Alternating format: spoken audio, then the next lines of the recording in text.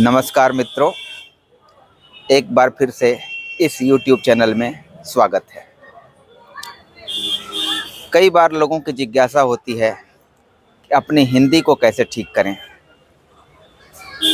ठीक करने से आशय हिंदी प्रयोग को व्याकरणिक दृष्टि से, शैली की दृष्टि से, शब्दावली की दृष्टि से दुरुस्त करना होता है शायद। वैसे तो किसी भाषा का शुद्ध प्रयोग कुछ नहीं होता, लेकिन मानक प्रयोग होता है। हालांकि मानक प्रयोग भी एक सापेक्ष पदबंध है। कोई प्रयोग एक समय मानक होता है तो दूसरे समय में वह प्रयोग अमानक या मानकेतर ठहरा दिया जाता है। भाषा का पूरा इतिहास इससे भरा पड़ा है। मानक और अमानक को ही आम भाषा में शुद्ध और अशुद्ध कहने की परिपाटी है। व्याकरणिक दृष्टि से भाषा के जो वाक्य हों वो सही हों, भाषा के जो प्रयोग हों वो सही हों, संगत हों, शायद उसी को समाज में शुद्ध प्रयोग कहा जाता है। तो शुद्धता का एक आयाम तो व्याकरणिक शुद्धता से है और दूसरा आयाम शब्दावली की शुद्धता से है, क्योंकि भाषा में मुख्य रूप से दो ही चीज़ें हैं, व्याकरण और शब्दावली। यदि भाषा के व्याकरण और शब्दावली पर अच्छा अधिकार है तो आपको उस भाषा का मानक प्रयोग या तथाकथित शुद्ध प्रयोग या सही प्रयोग खुद ब खुद आ जाएगा।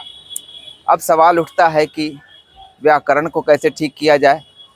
हालांकि इस विषय पर कई बार चर्चा हो चुकी है कि भाषा में व्याकरण अंतर्निहित होता है। यदि कोई भाषा प्रयुक्त करना आपको आ रहा है तो इसका मतलब है उसके व्याकरण को आप भली भांति हृदयंगम कर चुके हैं या कर चुकी हैं।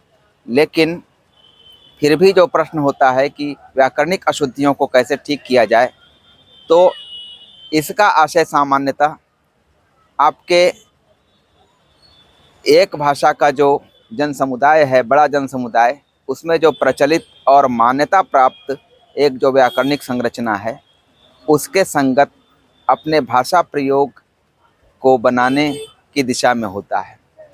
तो इस तरह से हम अगर सोचें तो हमें कुछ बाह्य व्याकरणों की भी आवश्यकता होगी जो बड़े बड़े वैयाकरण विवेचित करके सामने लाते हैं। जैसे हिंदी के संदर्भ में यदि बात करें तो पंडित कामता प्रसाद गुरु, पंडित किशोरीदास बाजपेयी, दीमशित्स, रामचंद्र वर्मा, रामावतार शर्मा या और भी बहुत सारे देशी विदेशी मनीषी होंगे। उन्होंने हिंदी भाषा का जिस तरह से विश्लेषण करके सामने लाया है, जिन नियमों को व्याख्यायित करके सामने लाया है, उनके अनुरूप अपनी भाषा को बनाने को लोग ये समझते हैं कि व्याकरणिक दृष्टि से हम अपनी भाषा को शुद्ध प्रयुक्त कर रहे हैं। लेकिन मेरा बार बार आग्रह है कि व्याकरणिक रूप से जो संगत होना है वह वस्तुतः भाषा का जो आंतरिक व्याकरण है, यानी जो आप समाज के एक बड़े वर्ग में या बहुतायत से प्रयुक्त होते भाषा स्वरूप को देखते हैं और उसके भीतर जो नियमों की संरचना होती है उसके संगत आप अपनी भाषा को बनाएं। और ये बनाना नहीं है, खुद ब खुद आपकी भाषा बनी ही होती है।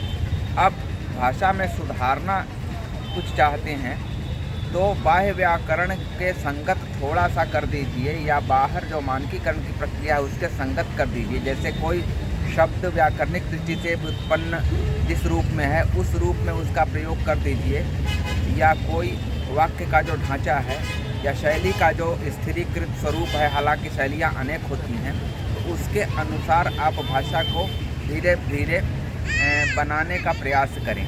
बनाना बहुत गौण मात्रा में होता है और सहजता से जो कुछ प्रयुक्त होता है वह ज़्यादा सही होता है, वह ज़्यादा मात्रा में होता है।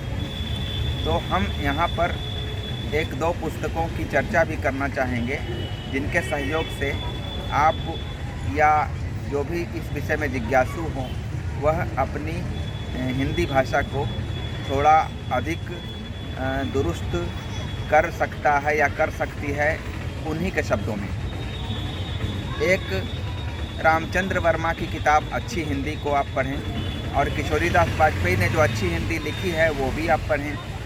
इसके बाद ज्ञानमंडल द्वारा प्रकाशित जो बृहत हिंदी शब्दकोश है उसे अपने पास बराबर रखें और थोड़ा आधुनिक होना चाहते हैं, आधुनिक शब्दावली अधिक मात्रा में प्रयुक्त करना चाहते हैं, उसके बारे में कोई विचार करना चाहते हैं तो हरदेव बाहरी का जो